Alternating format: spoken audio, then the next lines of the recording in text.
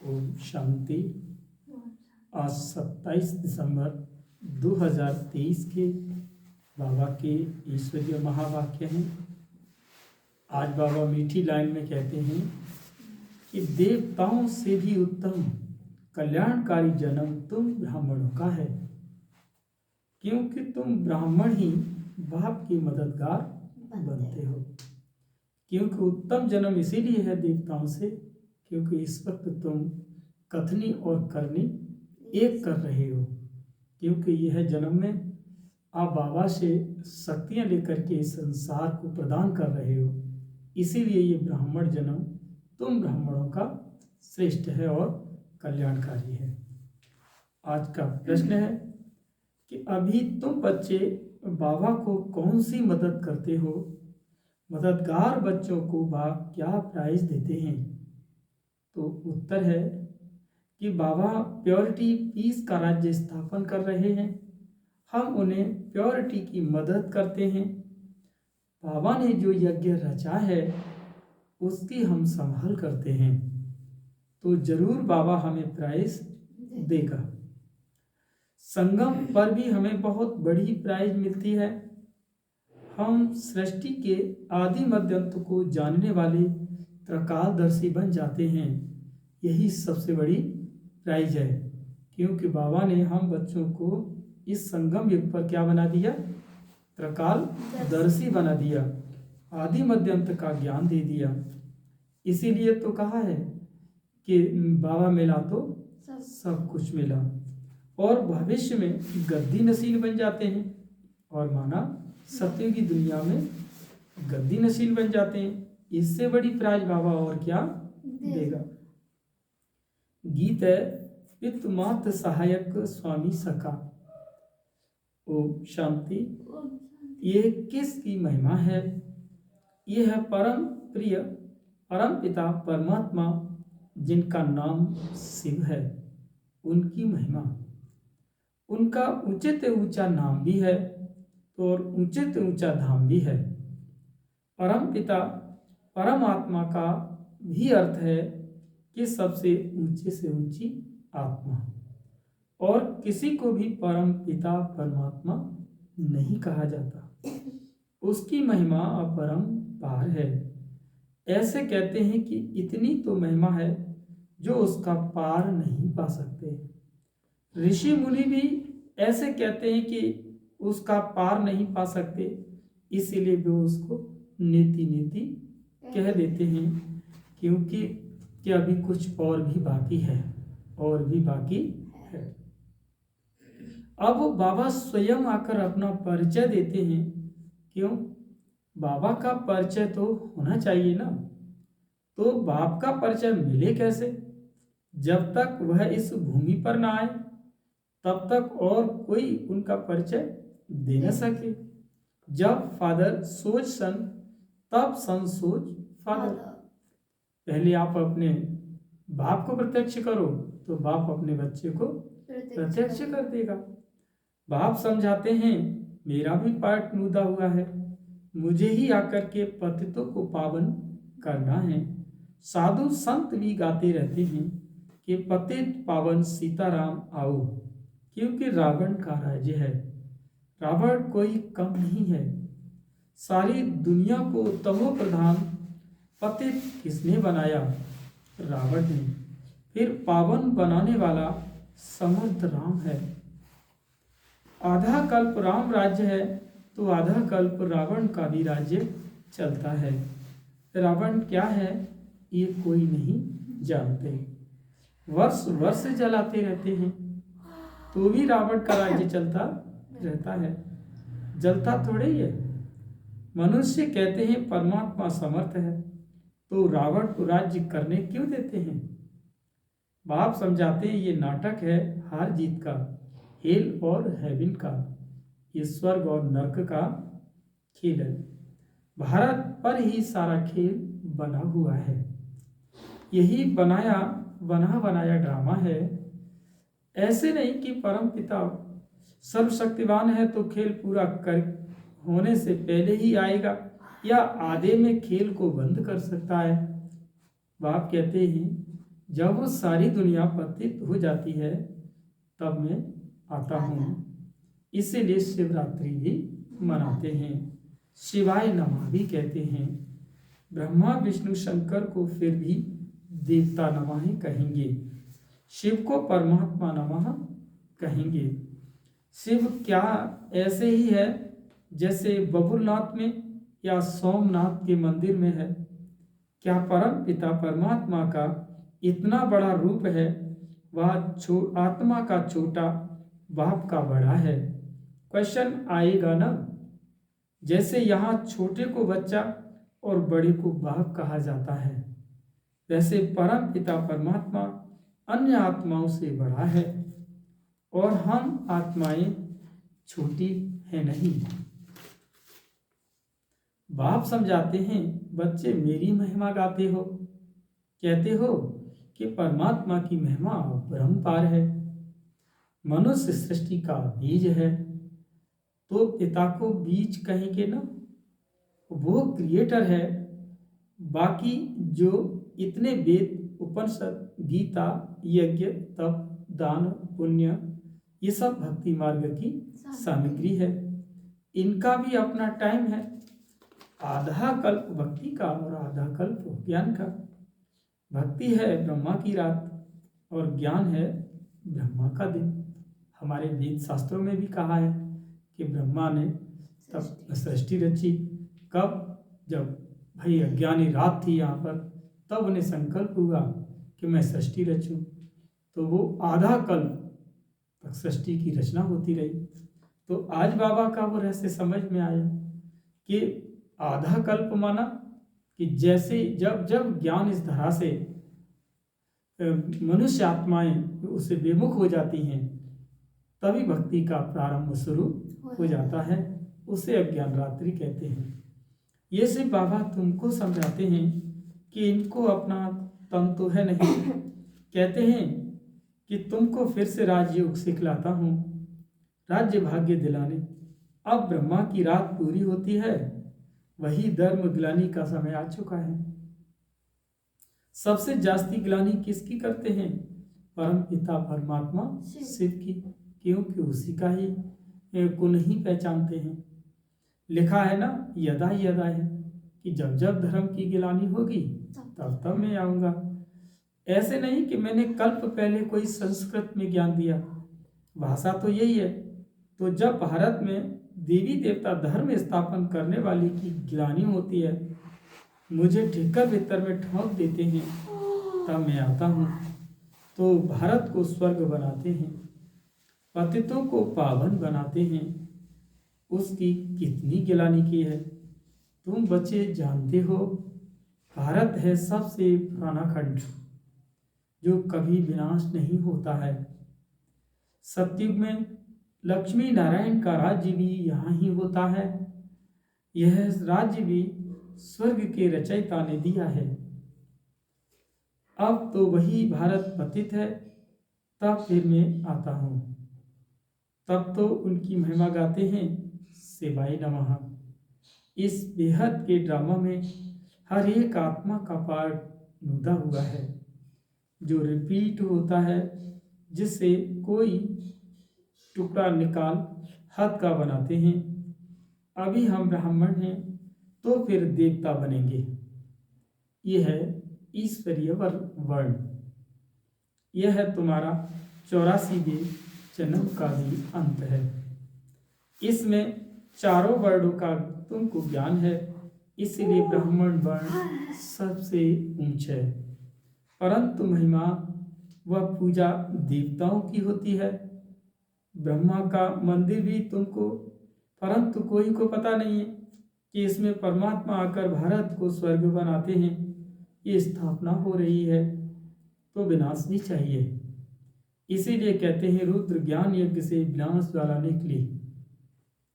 अब वही बाप बच्चों को समझा रहे हैं कि मीठे बच्चे, अब ये तुम्हारा अंतिम जन्म है। मैं तुमको फिर से स्वर्ग का वर्षा देने आया हूँ। तुम्हारा हक है, परंतु जो मेरी श्रीमत पर चलेंगे उनको मैं स्वर्ग की प्राइज दूंगा। उन्हें भी पीस प्राइज आदि मिलती है, परंतु बाप तो तुम सबको स्वर्ग की प्राइज देते हैं। कहते हैं मैं नहीं लूँगा, मैं तुम्हारे द्वारा स्थापना कराता हूँ तो तुमको ही दूंगा। तुम हो शिव बाबा के पौत्रे, ब्रह्मा के बच्चे। इतने बच्चे तो प्रजापिता ब्रह्मा ही अडॉप्ट करते होंगे ना। ये ब्राह्मण जन्म तुम्हारा सबसे उत्तम है, ये कल्याणकारी जन्म है। देवताओं का जन्म या शूद्रों का जन्म कल्याणकारी नहीं है। ये तुम्हारा जन्म बहुत कल्याणकारी है, क्योंकि बाप का मददगार बन सृष्टि पर प्योरिटी और पीस स्थापन करते हो। वह इनाम देने वाले थोड़े ही जानते हैं, वो तो कोई अमेरिका आदि को दे देते हैं। बाप फिर कहते हैं जो मेरे मददगार बनेंगे मैं उनको प्राइज दूंगा। प्योरिटी है तो सृष्टि में पीस प्रॉस्पेरिटी भी है। यह तो वैश्यालय है, सतयुग है शिवालय। शिव बाबा ने स्थापन किया है। साधु सन्यासी हैं, हठ योगी। गृहस्थ धर्म वालों को सहज राजयोग तो सिखा नहीं सकते। भल 1000 बार गीता महाभारत पढ़े, यह तो सबका बाबा है। सभी धर्म वालों को कहते हैं कि अपना बुद्धि योग मेरे से लगाओ। मैं भी छोटा सा बिंदु हूँ, इतना बड़ा नहीं हूँ। जैसी आत्मा वैसा ही परमात्मा हूँ। आत्मा भी यहाँ भ्रकुटी के बीच में रहती है। इतनी बड़ी होती तो यहाँ कैसे बैठ सकती। मैं भी आत्मा जैसा ही हूँ, सिर्फ मैं जन्म मरण रहित सदा पावन हूँ और आत्माएं जन्म मरण में आती हैं। पावन से पतित और पतित से पावन होती है। अब फिर से पतितों को पावन बनाने के लिए बाप ने ये रुद्र यज्ञ रचा है। इसके बाद सतयुग में कोई यज्ञ नहीं होता। फिर द्वापर से अनेक प्रकार के यज्ञ रचते हैं। ये रुद्र ज्ञान यज्ञ सारे कल्प में एक ही बार रचा जाता है। इसमें सबकी आहुति पड़ जाती है। फिर कोई यज्ञ नहीं रचा जाता। यज्ञ रचते तब हैं जब कोई आफतें आती हैं। बरसात नहीं पड़ती है व कोई अन्य आफतें आती हैं तो यज्ञ करते हैं। सतयुग त्रेता में कोई आफतें नहीं आती। इस समय अनेक प्रकार की आफतें आती हैं, इसलिए सबसे बड़े सेठ शिव बाबा ने यज्ञ रचाया है तो पहले से ही साक्षात्कार कराते हैं। कैसे कब आहुति पड़नी है, कैसे विनाश होना है, पुरानी दुनिया कब्रिस्तान बननी है तो फिर इस पुरानी दुनिया से क्या दिल लगानी है। बाबा कहते हैं इसलिए तुम बेहद बच्चे बेहद पुरानी दुनिया का संन्यास करते हो। वह सन्यासी तो सिर्फ घर बार छोड़ जंगल में जाते हैं, यही है ना। वो तो सन्यासी घर बार छोड़ का संन्यास करते हैं, जंगल में चले जाते हैं। तुमको तो घर बार नहीं छोड़ना है। यहाँ गृहस्थ व्यवहार संभालते भी बाबा कहते हैं सिर्फ इसे ममत्व तोड़ना है। ये तो सब मरे पड़े हैं, इनसे क्या दिल लगाना। ये तो मुर्दों की दुनिया है। इसीलिए कहते हैं कि परिस्तान को याद करो।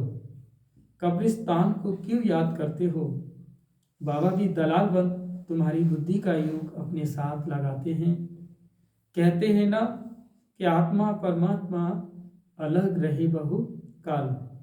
और सुंदर मेला कर दिया जब सदगुरु मिला दलाल। माने ये महिमा उनकी भी है, ये महिमा भी उनकी है। कलयुगी गुरु को पतित पावन कह नहीं सकते, वह सदगति तो कर नहीं सकते। हाँ, शास्त्र सुनाते हैं, क्रियाकर्म कराते हैं। सिर्फ बाबा का कोई टीचर गुरु नहीं। बाबा तो कहते हैं मैं तुमको स्वर्ग का वर्षा देने आया हूँ, फिर सूर्यवंशी बनो चाहे चंद्रवंशी बनो। वो कैसे बनते हैं, लड़ाई से नहीं। न लक्ष्मी नारायण ने लड़ाई से राज्य लिया, न राम सीता ने। उन्होंने इस समय माया से लड़ाई की। तुम इनकॉग्निटो वॉरियर्स हो, इसीलिए तुम शक्ति सेना को कोई जानते नहीं। तुम बच्चे गुप्त योद्धे हो। तुम योग बल से सारे विश्व के मालिक बनते हो। तुमने ही विश्व का राज्य गवाया, फिर तुम ही पा रहे हो। तुमको प्राइज देने वाला बाप है, तुमको प्राइज देने वाला बाप है। अब जो बाप के मददगार बनेंगे उनको ही आधा कल्प के लिए पीस प्रॉस्पेरिटी की प्राइज मिलेगी। बाबा मददगार उन्हें कहते हैं जो अशरीरी होकर बाप को याद करते हैं, स्वदर्शन चक्र फिराते हैं, शांति धाम, स्वीट होम और स्वीट राजधानी को याद कर पवित्र बनते हैं। कितना सहज है, हम आत्मा भी स्टार हैं, हमारा बाप परमात्मा भी स्टार है। वह इतना कोई बड़ा नहीं है, परंतु स्टार की पूजा कैसे हो, इसलिए पूजा के लिए इतना बड़ा बना दिया है। पूजा तो पहले बाप की होती है, पीछे दूसरों की होती है। लक्ष्मी नारायण की कितनी पूजा होती है, परंतु उनको ऐसा बनाने वाला कौन है? सबका सदगति दाता बाप, बलिहारी उस एक की है ना। उनकी जयंती डायमंड तुल्य है, बाकी सबके व्रत कौड़ी तुल्य हैं। शिवाय नमः, यह उनका यज्ञ है, तुम ब्राह्मणों से रचवाया है। कहते हैं मुझे प्योरिटी पीस स्थापन करने में मदद करेंगे, इनको इतना फल दूंगा, उनको मैं इतना फल दूंगा। ब्राह्मणों से यज्ञ रचवाया, ब्राह्मणों से तो यज्ञ रचवाया है तो दक्षिणा भी देंगे। इतना बड़ा यज्ञ है और कोई भी यज्ञ इतना समय नहीं चलता। कहते हैं ना, जितना मुझे मदद करेंगे उतनी प्राइज दूंगा। सबको प्राइज देने वाला मैं हूं, मैं कुछ नहीं लेता, तुम सबको देता हूं। अब जो करेगा सो पाएगा, थोड़ा करेगा तो प्रजा में चला जाएगा। गांधी जी को भी इतनी मदद तो प्रेसिडेंट, मिनिस्टर आदि बने ना।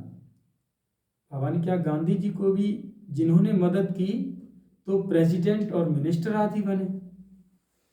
यह तो है अल्पकाल का सुख। पाप तो तुमको सारे आदि मध्यंत का ज्ञान दे, आप समांतर कालदर्शी बनाते हैं। कहते हैं मेरी बायोग्राफी को जानने से तुम सब कुछ जान जाएंगे। सन्यासी थोड़े ही यह ज्ञान दे सकते हैं, उनसे वर्षा क्या मिलेगा? वह तो गद्दी भी एक को ही देंगे, बाकी को क्या मिलता है? बाबा तो तुमको सदगति देते हैं, कितनी निष्काम सेवा करते हैं। और तुमने तो मुझे ठिक्कर भित्तर में डाल कितनी ग्लानि की, यह भी ड्रामा बना हुआ है। जब कौड़ी जैसे बन जाते हो तब तुमको हीरे जैसा बनाता हूँ। मैंने तो अनगिनत बार भारत को स्वर्ग बनाया है, फिर माया ने इसको नर्क बनाया है। अब अगर प्राप्ति करनी है तो बाप की मददगार बन सच्ची प्राइज ले लो, इसमें प्योरिटी फर्स्ट है। बाबा सन्यासियों की भी महिमा करते हैं, वह भी अच्छे हैं जो पवित्र रहते हैं। यह भी भारत को थमाते हैं, माना गिरने से बचाते हैं, नहीं तो पता नहीं क्या हो जाता। परंतु अब तो भारत को स्वर्ग बनाना, यह तो जरूर घर ग्रस्त में रहते पवित्र बनना पड़े। बाप दादा दोनों बच्चों को समझाते हैं, सिर्फ बाबा भी इस पुरानी जुत्ती द्वारा बच्चों को राय देते हैं। नहीं ले नहीं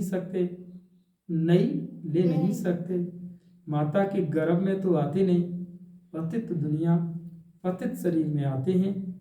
इस कलयुग में है घोर अंधियारा, और घोर अंधियारे को ही उन्हें सोजरा बनाना है। अच्छा, मीठे मीठे सिकी लदे बच्चों प्रति माता पिता बाप दादा का याद प्यार और गुड मॉर्निंग। रूहानी बाप की रूहानी बच्चों को नमस्ते, और हम सभी रूहानी बच्चों की रूहानी माता पिता बाप दादा को याद प्यार गुड मॉर्निंग, नमस्ते नमस्ते नमस्ते। शुक्रिया बाबा, शुक्रिया। धारणा के लिए आप सुनते हैं मुख्य सार। फर्स्ट पॉइंट है, इस बेहद की दुनिया का दिल से संन्यास कर अपना ममत्व मिटा देना है, इससे दिल नहीं लगानी है। दूसरा पॉइंट है, बाप का मददगार बन प्राइज लेने के लिए अशरीरी बनना है, पवित्र रहना है, सुदर्शन चक्र फिराना है, स्वीट होम और स्वीट राजधानी को याद करना है। वरदान है, विशेषताओं को सामने रख, सदा खुशी खुशी से आगे बढ़ने वाले निश्चय बुद्धि विजयी रत्न भव। अपनी भी जो विशेषताएं हैं उनको सामने रखो, कमजोरियों को नहीं, तो अपने आप में फेथ रहेगा। कमजोरी की बात को ज़्यादा नहीं सोचो, तो फिर खुशी में आगे बढ़ते जाएंगे। यह निश्चय रखो कि बाप सर्वशक्तिवान है, तो उनका हाथ पकड़ने वाले पार पहुँचे कि पहुँचे। ऐसे सदा निश्चय बुद्धि विजयी रत्न बनते हैं। अपने आप में निश्चय, बाप में निश्चय और ड्रामा की हर सीन को देखते हुए उसमें पूरा निश्चय हो, तब विजयी बनेंगे। ये भी 3 बिंदी हैं, आप बिंदी, बाप बिंदी और ड्रामा बिंदी। 3 बिंदियां हैं ये। तो मनसा वाचा कर्मणा में भी ध्यान रखना है, अपने आप में निश्चय रखना है, बाप में निश्चय रखना है और ड्रामा में भी निश्चय रखना है। तब बाबा कहते हैं हर सीन को देख करके तुम विजयी बन जाएंगे। स्लोगन है कि प्योरिटी की रॉयल्टी में रहो तो हद की आकर्षणों से न्यारे हो जाएंगे। प्योरिटी की रॉयल्टी में रहो तो हद की आकर्षणों से न्यारे हो जाएंगे। अच्छा, ओम शांति। ये थे आज बाबा के महावाक्य।